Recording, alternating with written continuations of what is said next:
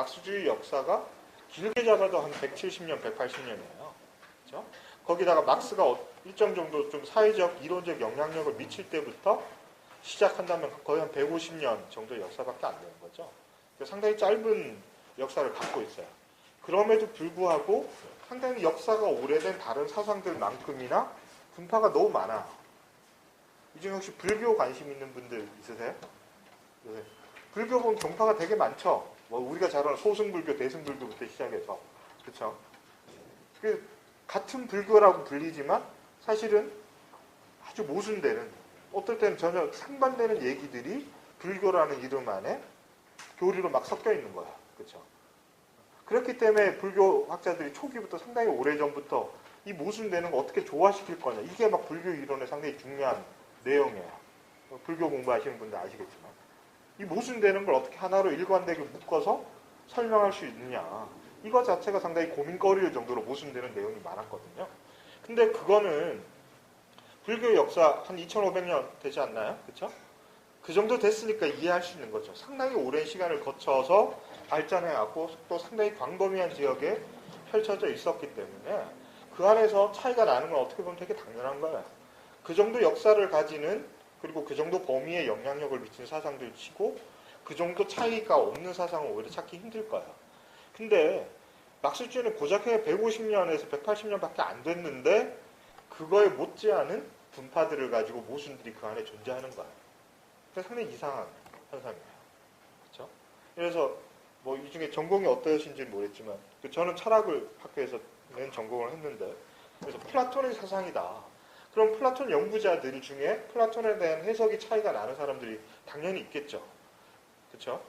근데 플라톤 역시 2500년 전 사람이잖아요. 근데 그 플라톤에 대한 해석이 막스주의에 대해, 막스의 사상에 대한 해석만큼 차이가 나냐? 전혀 그렇지 않거든요. 대부분의 사상들은 별로 그렇지 않아요.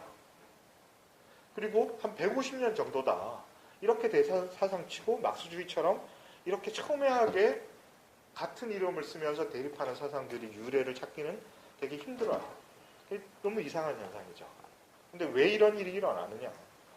이거는 기본적으로 막스주의라는 거는 이론으로서 또는 사상으로서만 존재했던 게 아니기 때문에 그렇죠. 그러니까 막스주의는 처음부터 어떤 정치적, 사회적 실천을 염두에 두고 만들어진 이론이죠. 그렇죠? 그러니까 실천과 결부되어서 항상 나타났던 거죠. 그래서 이론의 영역 안에서만 있으면은 그렇게 충돌이나 모순이나 갈등이 심화되진 않았겠죠. 근데 정치 현실 속에 들어가서 존재했기 때문에 정치 현실 속에 있는 수많은 갈등이나 모순이나 충돌 같은 것들이 이론적으로 표현이 된 거라고 할 수 있죠. 그래서 막스주의의 이론은 상당히 다양한데 그 다양한 이론은 이게 정치적 실천과 결부되어 있다는 게 있기 때문이고, 또 정치적 실천과 결부되어 있기 때문에 이론이 다양했다는 말은 다른 말로 하면은 우리가 막스주의를 이해하기 위해서는 이 다양한 분파들을 만들어낸 그 정치적 갈등의 실체가 뭔지를 모르고서는 이해할 수 없다는 얘기죠. 얘네들이 왜 똑같은 텍스트를 가지고 정반대의 해석을 하느냐. 그리고 그 텍스트가 무슨 글자가 흐려진 그런 것도 아니야. 출판된 지 몇 년 되지도 않은, 또는 뭐 1, 20년 되지도 않은 텍스트를 가지고 아주 정반대의 입장을 가지고 해석을 한단 말이에요. 그리고 해석만 하는 게 아니라 우리가 이제 차차 보게 될 것처럼 충돌을 해요. 근데 그 충돌이 어느 정도 격렬한 충돌을 하냐, 뭐 욕하면서 뭐 무슨 새끼 이러면서 욕하고 뭐 토론하고 하는 정도냐. 그게 아니라 똑같은 막스주의 내부에서의 갈등이 수만 명이 학살당하는 충돌도 막 수도 없이 일어나죠. 그 정도로 격렬한 충돌을 막스주의자들끼리도 해요. 그렇죠? 그러니까 그 충돌의 격렬한 만큼이나 이론적 차이가 상당히 크겠죠. 그렇죠? 그런 정치적 맥락을 이해하지 못하면은 막스주의 이야기는 상당히 힘들다. 이렇게 볼 수 있죠. 그렇기 때문에 이 다양한 막스주의 어떤 분파들 중에서 한 분파의 입장에 입각해서 다른 나머지의 막스주의를 해석하는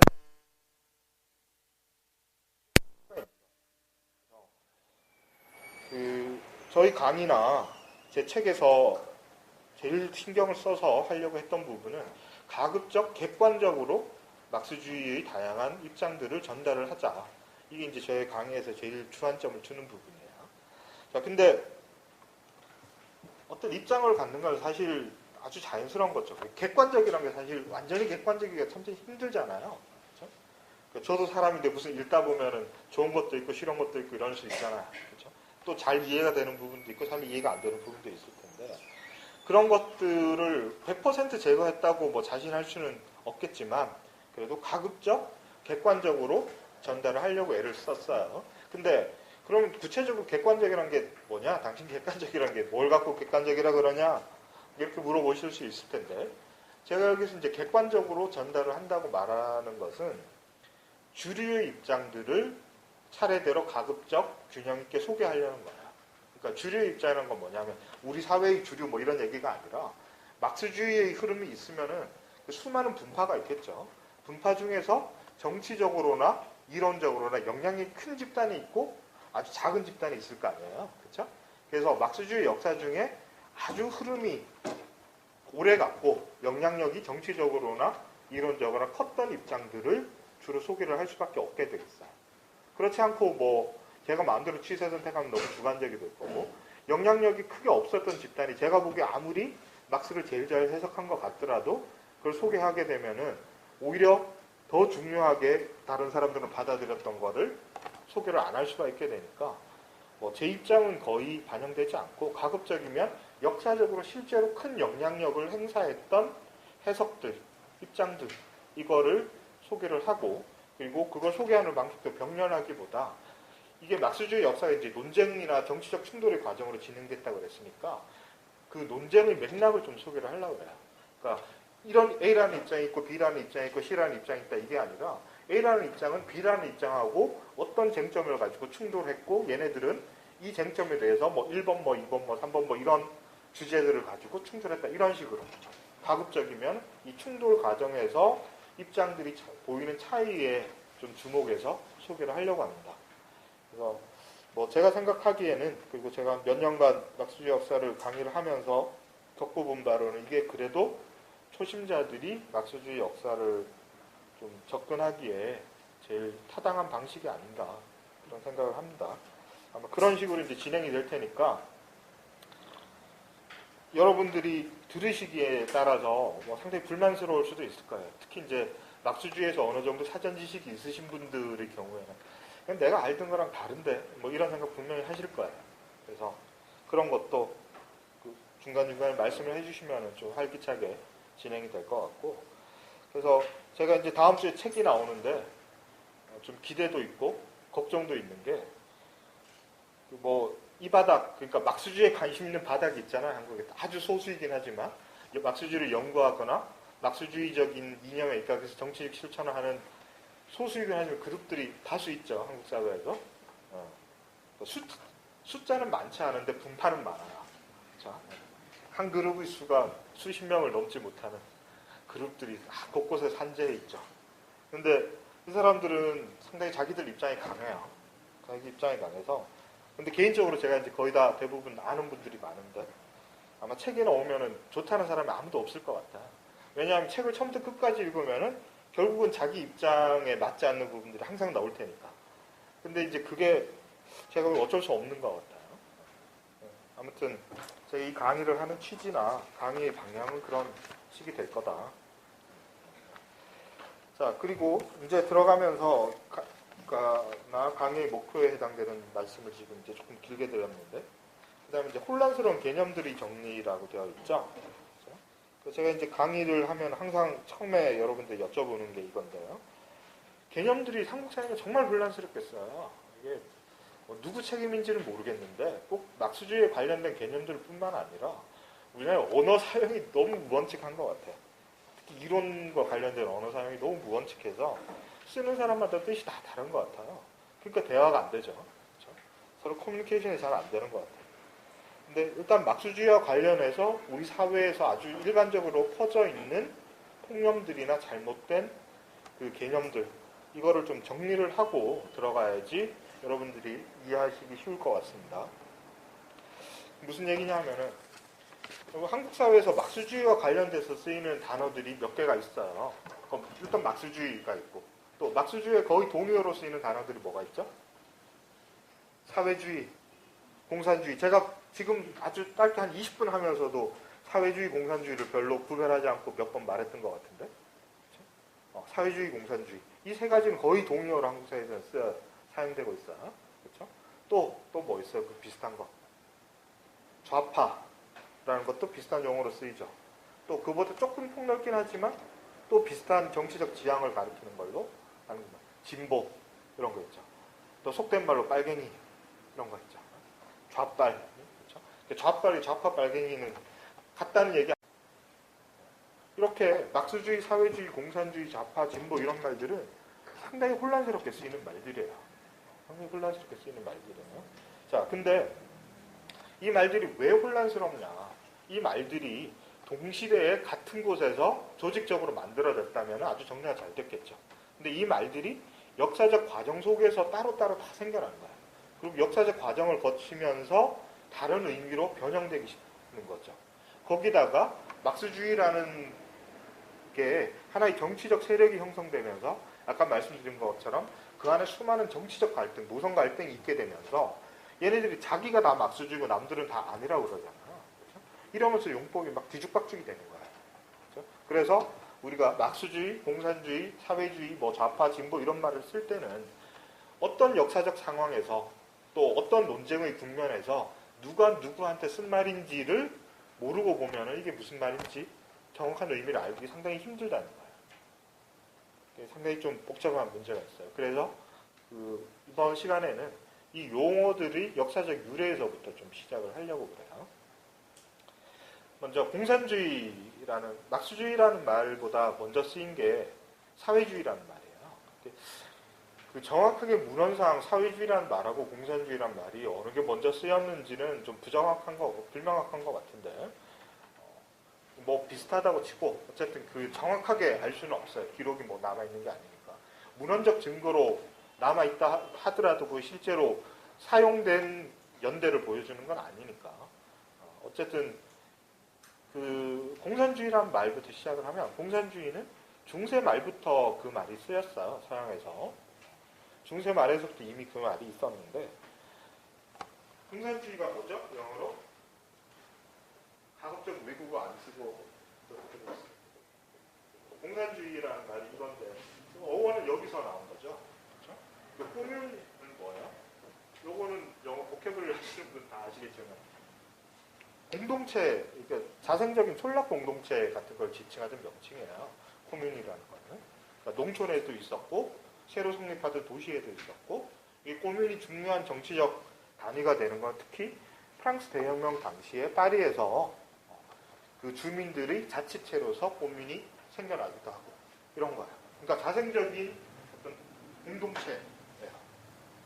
근데 이 뜻을 가지고 있죠. 자생적인 공동체라는 뜻도 가지고 있는데, 이게 하나의 이론적 또는 정치적 사회적 입장을 띠고서 정교화되기 시작한 거는 최초로는 종교적인 의미에서가 먼저예요. 어디서 이런 말이 생기냐면은, 여러분 성당 다니는 분들 있으세요? 성당 다니면은 성당에도 역시 이제 로만 가톨릭은 통일적인 지배체제이긴 하지만 그 안에 파는 있죠. 특히 수도회 아시죠? 수도회는 여러 파들이 있잖아요. 도미니크 수도회도 있고 베네딕트 파도 있고 프란체스코 파도 있고 그렇죠. 한자로는 뭐 방직어 이렇게 옮기는. 프란체스코라는 사람이 수도원 운동을 사실은 제일 처음 시작한 사람이죠. 프란체스코 혹시 아세요?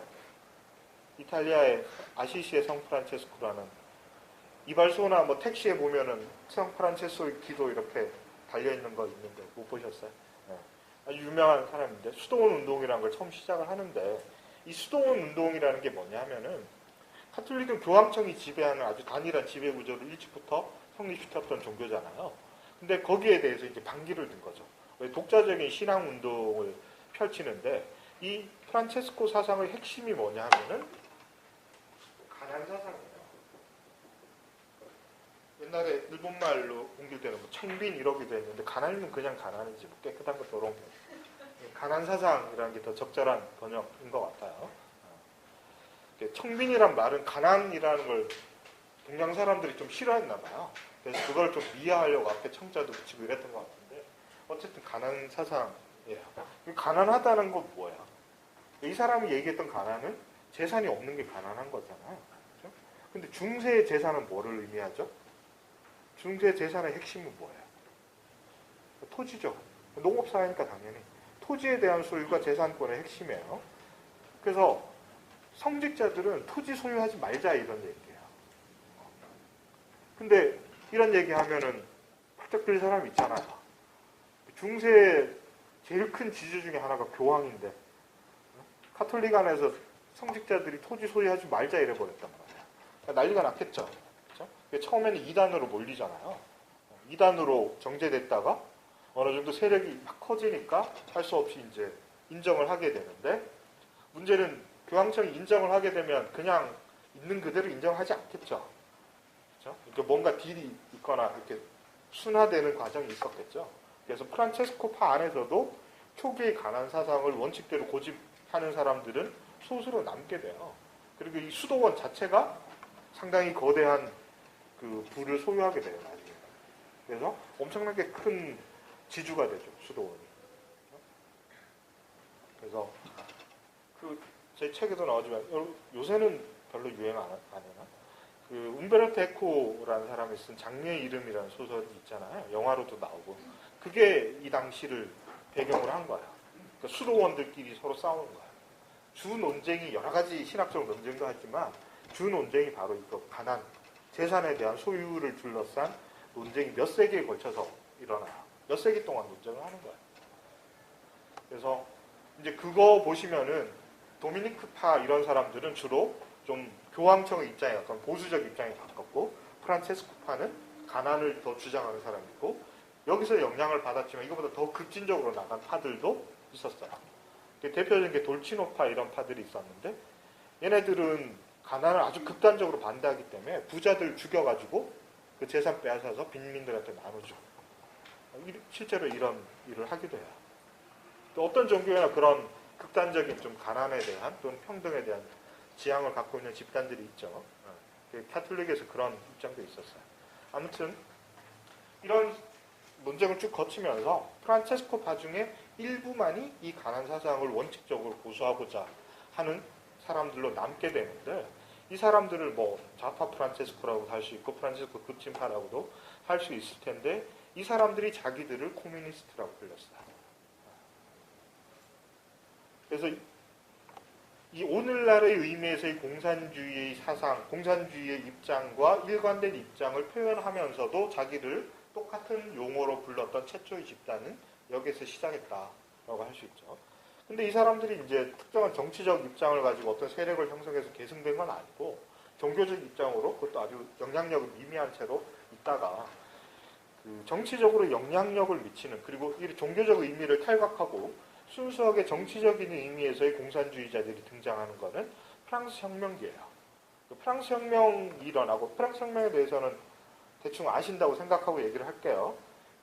막스주의를 아시려면 프랑스 혁명의 역사를 조금 아시면 상당히 유리한데 왜냐하면 막스가 프랑스 혁명의 세례를 받은 사람이니까 이 사람이 생각했던 혁명의 모델은 항상 프랑스 혁명이에요. 그리고 프랑스 혁명에 대한 역사적 고찰을 하고 거기에 썼던 의미를 찾아내기 위한 철학적 작업도 하고 이렇게 하는 거거든요. 근데 이제 프랑스 혁명이 일어나고 나서 뭐 아마 대체로 아실 텐데 두 파가 대립을 하죠.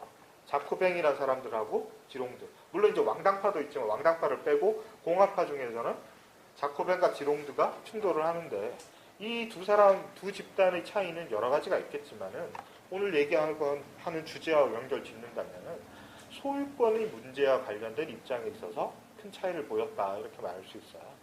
그러니까 프랑스 혁명이 일어나고 나서 프랑스 혁명은 우리가 교과서에서 배우는 부르주아 혁명이죠. 그렇죠?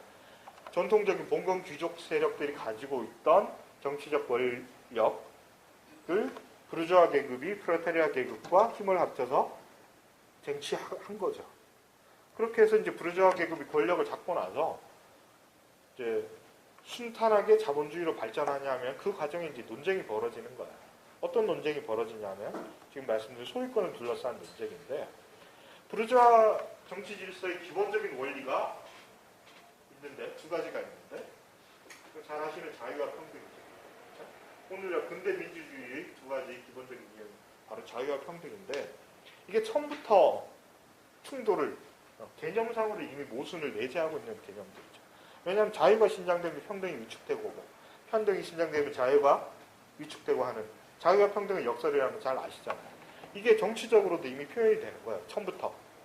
어떤 식으로 표현이 되냐 하면은 곡물에 대한 그 식량 문제를 둘러싸고 이 논쟁이 첨예화되기 시작해요. 그러니까 프랑스 혁명에는 아주 혼란기를 겪게 되니까 농업 생산이 상당히 급감하겠죠. 특히 이제 프랑스 파리 같은 대도시에서는 농촌으로부터 식량을 공급받고 이러니까 식량 문제에 상당히 취약하게 돼요. 식량 공급이 줄어드니까 곡물 가격이 어떻게 되겠어요? 폭등하겠죠. 그렇죠? 폭등하는 걸 또 부추기는 사람들이 있잖아요. 매점 매석하는 사람들이 나오잖아요. 그렇죠? 매점 매석하게 되니까 이게 고가가 엄청나게 올라가서 막 굶어 죽는 사람들이 속출하는 거야. 자, 이 상황에서 이런 게 이제 쭉 이어지는 상황에서 어떤 국면에 가서 자코뱅이 집권을 하게 돼요. 자코뱅의 대표적인 지도적인 인물은 로베스피에르라는 사람이 있었어요. 로베스피에르라는 사람이 전기도 나와 있어요. 상당히 재밌는 전기가 있는데 혁명의 초상인가? 그런 책이 있어요. 로베스피에르 이만큼 두꺼운 100개로 배도 충분한 두꺼운 책이 있는데 상당히 재밌어요. 그거 한번 읽어보시면은 이 배경을 잘 이해하실 수 있는데요. 이렇게 곡물가가 앙등한 상황에서 자코뱅이 집권하고 어떤 정책을 내놓냐 하면은 최고가격제라는 정책을 실시를 해요. 그러니까 곡물 가격이 일정 정도 이상 올라가지 못하게 가격 상한선을 정하는 거예요. 이거는 상당히 이제 특히 가난한 사람들한테는 유리한 제도겠죠. 자, 근데 반발하는 사람도 있겠죠. 그렇죠? 부자들은 당연히 반발하죠. 우리가 곡물 매점 매석해서 한탕 하려는데 이거 왜 법을 가지고 이상한 걸 만들어가지고 엄청난 저항이 있었겠죠. 그렇죠? 자코뱅과 지롱드의 대립 중에 하나가 바로 이 문제를 둘러싸고 대립이 일어나는 거예요. 그래서 보수적인 입장에서는 부르주아 민주주의 가장 중요한 원리인 자유를 최고가격제라는 걸로 제한하는 거잖아요. 그렇죠?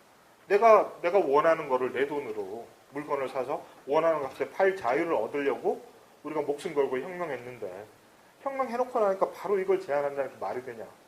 이런 저항이 상당히 강하게 일었겠죠. 그렇죠? 또 반면에는 또 빈민들을 대변하는 사람들이 있었겠죠. 자유 다 좋은데 사람이 굶어 죽게 생겼는데 자유를 일정 정도 제한해야 되지 않냐라는 거죠. 그래서 로베스피에르가 들고 나온 권리가 생존권이라는 권리예요. 그러니까 국민들의 생존을 보장하기 위해서는 자유권을 일정 정도 제한할 필요가 있다. 자유권 또는 재산에 대한 소유권을 일정 정도 제한할 필요가 있다는 주장을 하게 되면서 바로 이 소유권을 둘러싼 논쟁이 최고가격제 또는 생존권의 문제 이런 걸 둘러싸고 아주 격렬한 논쟁을 벌이게 되죠.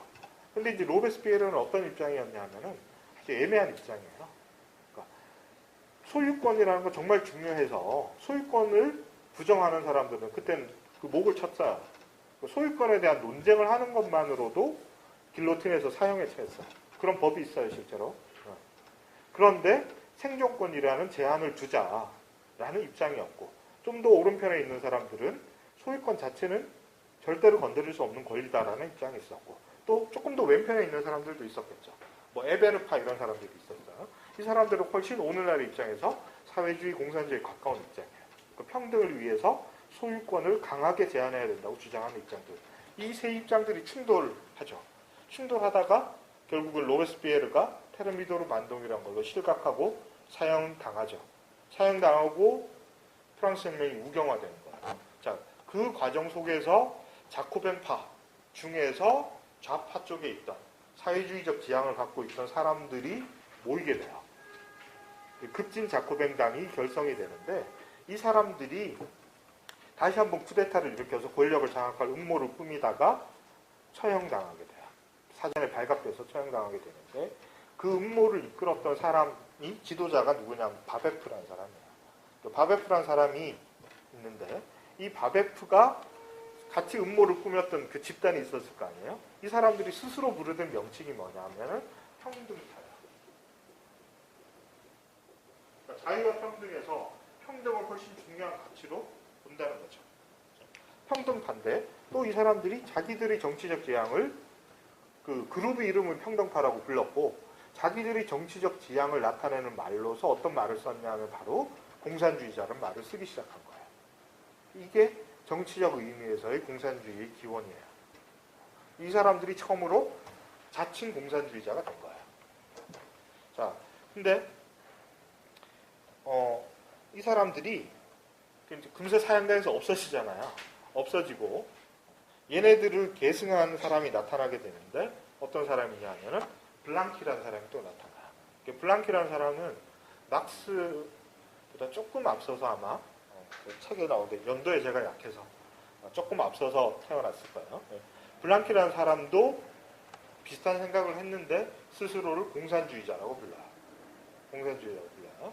그래서 막스주의자, 막스 앵겔스의 사상을 따르던 사람들도 스스로를 공산주의자라고 불렀어요.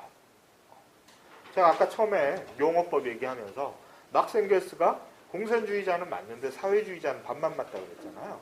왜 그러냐면 막스 앵겔스가 스스로를 부르는 명칭으로 공산주의자란 말을 훨씬 좋아했어요. 사회주의라는 명칭을 자기들한테 쓰는 거를 싫어했거든요. 그러니까 안 쓰려고 그랬어요. 막스는. 공산주의자라고 불렀어요. 그래서 그 당시에 막스 당시에는 블랑키주의자들과 막스주의자들을 다 묶어서 공산주의자라고 불렀어요. 그래서 오늘날 블랑키주의자는 없어졌으니까 막스주의와 공산주의가 거의 동의어로 쓰이게 된 거죠.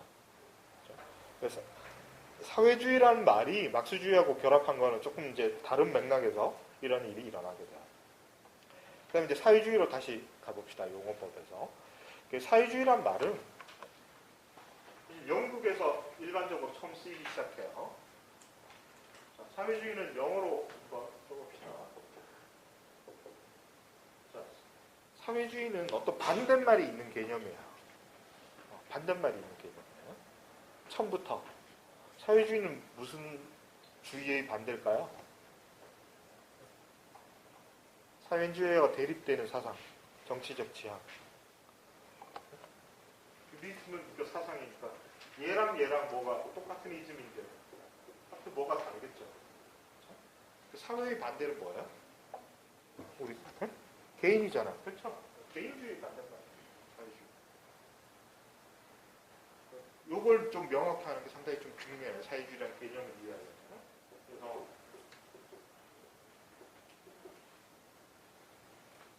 이기도 하고 또 개인주의란 말은 실제로는 자유주의라는 말과 동의어라고 봐도 무리가 없어요. 실제 동의어나요? 그래서 자유주의 또는 개인주의와 사회주의라는 개념상이 영국에서 이제 생겨난 거예요. 근데 자유주의, 개인주의는 자본주의라는 새로운 경제 체제가 성립되면서 그것을 정당화하기 위한 이데올로기로서 발전한 거예요. 그래서 자본주의, 자유주의, 개인주의가 영역은 조금씩 다르지만 실제로는 같은 대상을 가리킨다. 이렇게 봐도 무리가 없죠. 그래서 개인주의, 자유주의, 자본주의 이런 같은 대상을 가리키거나 같은 현상에서 다른 방면으로 표현된 거다. 이렇게 얘기할 수가 있어요. 자, 그럼 사회주의는 처음부터 개인주의와 반대되는 거니까 자유주의나 사회주의하고도 당연히 반대되겠죠. 그렇죠? 네. 그런 의미를 처음부터 갖고 있었어요. 사회주의란 말에서는. 자, 그런데 개인주의하고 반대된다. 라는 게 뭘까? 개인주의하고 반대된다는 게 무슨 말일까요? 그러면 개인주의를 알아야 되겠네. 개인주의는 뭐예요? 이기적으로 해석하는 게 개인주의. 우리는 그런 말을 쓰잖아요. 지 멋대로 하는 거. 싸가지 없이 혼자 멋대로 사는 거 개인주의라고 그러잖아요. 이상해서. 그럼 맞는 얘기죠. 개인주의 원래 정의에 부합하는 말이죠. 왜? 근데 사람들 싫어하잖아요. 그쵸? 왜 싫어요? 남에 대한 배려가 없으니까 싫어하죠. 그쵸? 사회주의와 개인주의 차이는 바로 일상용법에서 차이하고 거의 같아요. 개인주의는 기본적으로 사회를 구성하는 기본적 단위가 개인이라고 보는 거야. 개인, 인디비듀얼이라고 제가 썼는데, 이거 보캐블러리가 되는데, 뭐죠? 더 이상 나눌 수 없다는 거잖아요. 그렇죠? 더 이상 나눌 수 없는 사회의 최소 단위, 사회의 가장 기본적인 단위가 개인이라고 보는 거야. 그래서 사회라는 건 뭐냐? 사회는 별도의 실체가 있는 게 아니고 개인의 총합에 불과한 거야. 사회는 개인과 다른 사회가 뭐가 있는 게 아니라, 그렇죠? 사회라는 뭐가 신비한 어떤 거, 그걸로 독자적으로 존재하는 어떤 게 있는 게 아니라 개인이 그냥 모여 있는 거를 이름만 붙인 것 뿐이에요. 유명론이라고 그러죠, 철학에서는 이거를. 그러니까 사회라는 거는 말로만 존재하는 거예요. 실체는 없어요. 사회라는 말은 실제의 뜻은 뭐냐면 개인과 개인들이 쭉 모여 있는 현상을 그냥 사회라는 말로 부를 뿐이에요. 이게 개인주의예요. 개인주의 이데올로기예요. 그래서 사회라는 것도 개인과 개인들의 관계로서만 이해를 하는 거죠. 그래서 제일 중요한 거는 개인주의나 자유주의나 자본주의에서 제일 중요한 거는 이 개인이 어떻게 온전하게 스스로를 실현하고 자기 표현을 하느냐, 거기에 대한 제약을 어떻게 최소화하는가의 문제이잖아요. 그래서 이 자유주의와 개인주의라는 거는 어떻게 보면 정치 사회적인 개념이고, 이것의 경제학적 버전이 뭐죠? 고정 경제학이잖아요. 고정 경제학에서 여러분 제일 잘 아시다시피 실제로 아담 스미스 그러면은 여러분들 중고등학교 교과서에서 맨날 배우는 게 보이지 않는 소, 시장 자율 뭐 이런 거 아니에요. 그게 뭐를 의미하는 거예요? 시장 자율이라는 거 뭐예요? 시장에 참여하는 시장 참여자를 자유주의, 개인주의에서는 당연히 개인으로 보겠죠. 개인이 어떤 제약도, 외적 제약도 받지 않고 자기의 경제적 행위를 할 수 있는 거예요. 그렇죠? 그렇게 되면 전체적으로 조화가 이루어진다, 그 얘기 아니에요. 모든 사회적 현상은 어떻게 개인이 온전히 스스로가 원하는 바를 제약 없이 할 수 있느냐, 여기에 달려있다는 거죠. 그게 개인주의인데, 그럼 사회주의는 뭐가 다른 거죠? 개인을 무시하는 건가? 그죠? 사회주의는 기초적인 단위가 사회라는 거예요. 집단이라는 거예요. 그래서 사회주의하고 공동체주의는 원래는 사실 초기에서는 거의 같은 의미예요. 공동체주의하고 사회주의가 어떻게 다르냐. 지금은 사회주의가 주로 좌파적 정치적 경향을 의미하는 말로 쓰이기 때문에 다른 말로 쓰이는 조금 뉘앙스가 다른 것처럼 받아들이지만, 실제로 용어법의 역사를 봤을 때 공동체주의와 사회주의는 같은 말이에요. 그 중에서 특정한 공동체주의가 오늘날의 사회주의로 발전해 온 거다, 이렇게 생각하시면 돼요. 그래서 공동체주의 또는 사회주의는 뭐를 의미하냐면은 사회의 기본 단위가 개인이 아니라 개인을 초월한 어떤 집단이, 그 집단은 여러 가지가 될 수가 있어요. 민족일 수도 있고촌락 공동체일 수도 있고 여러 가지가 될 수가 있는데, 그 집단이 실체로 존재한다는 거예요. 그러니까 개인이 모여있는 거를 그냥 이름만 사회라고 붙인 게 아니라 개인과는 별개로 사회라는 게 독자적으로 존재하는 실체다, 이렇게 보는 거죠. 거기서 이 독자적으로 존재하는 실체가 민족이다라고 보면 민족주의가 되는 거고, 그게 국가다라고 보게 되면 국가주의가 되는 거예요. 아시겠어요? 어떤 종교적 집단일 수도 있고 자생적인 어떤 지역 공동체일 수도 있고, 뭐가 그 사회를 뭘로 보느냐는 사람마다 다를 수가 있겠지만, 개인들은 오히려 이 전체가 본질이, 이게 더 중요한 거고, 이거를 구성하는 작은 일부에 불과한 거예요. 그게 이제 공동체주의 또는 사회주의의 기본적인 개념이죠. 자, 그런데 우리가 지금 다루는 막스주의, 공산주의, 사회주의에서 핵심적인 부분은 어떤 부분에 있느냐 하면 경제적인 측면에 대한 설명이 상당히 중요한데요. 이 자유주의와 사회주의를 경제적인 측면에서 놓고 본다면 어떻게 다르냐, 이건데, 아까 우리가 소유권 얘기 잠깐 했었잖아요. 그러니까 소유의 주체가 누구냐에 대해서도 설명이 달라지겠죠. 개인주의에서는 소유의 주체는 누구예요? 당연히 개인이에요. 그렇죠? 개인이에요. 물론 자본주의에서 온전히 개인주의가 되지는 않죠. 그러니까 가족이라는 게 사실 있기 때문에. 경제학에서도 제일 작은 단위의 경제 주체는 하우스홀드, 가게잖아요, 가게. 그렇죠? 사실은 개인으로 그렇게 작동하지는 않지만 어쨌든 개인을 소유의 주체라고 보죠. 반면에 사회주의에서는 사회에 존재하는 부를 소유하는 주체가 당연히 사회라고 봐요. 그렇게 되니까 자유주의 또는 개인주의에서는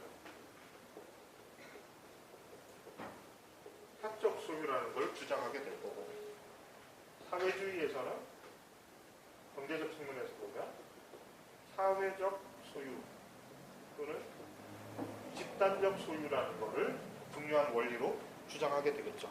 그렇죠? 이렇게 되면서 오늘날 의미에서의 사회주의가 상당히 이게 강조되는 의미잖아요. 그렇죠? 여러분들 통념으로 대충 가지고 있는 사회주의 그러면은 제일 중요한 특징이 바로 이거죠.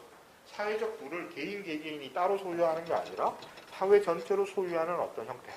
뭐 그게 국가가 됐든 사회가 됐든 조합이 됐든 이런 거라는 통념을 갖게 된 거예요.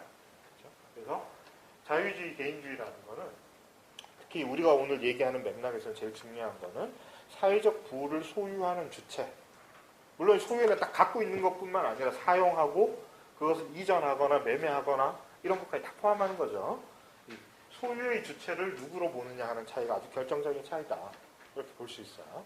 그래서 자유주의와 사회주의는 기본적으로 이렇게 다른 거예요.